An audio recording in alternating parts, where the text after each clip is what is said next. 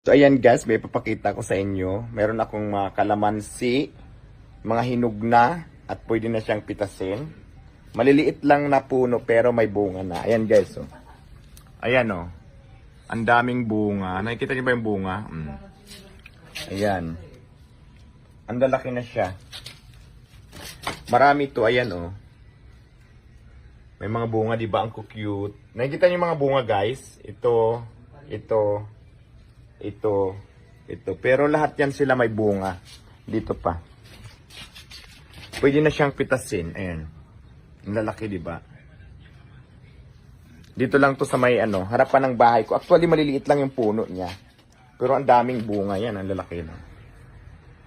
Kaya naman kung gusto niyo ng kalamansi, sa akin na kayo bumili ha. Dideliver ko sa lugar niyo. Kaya i-PM niyo lang ako. So, yun lang. Ganda, di ba? Pak?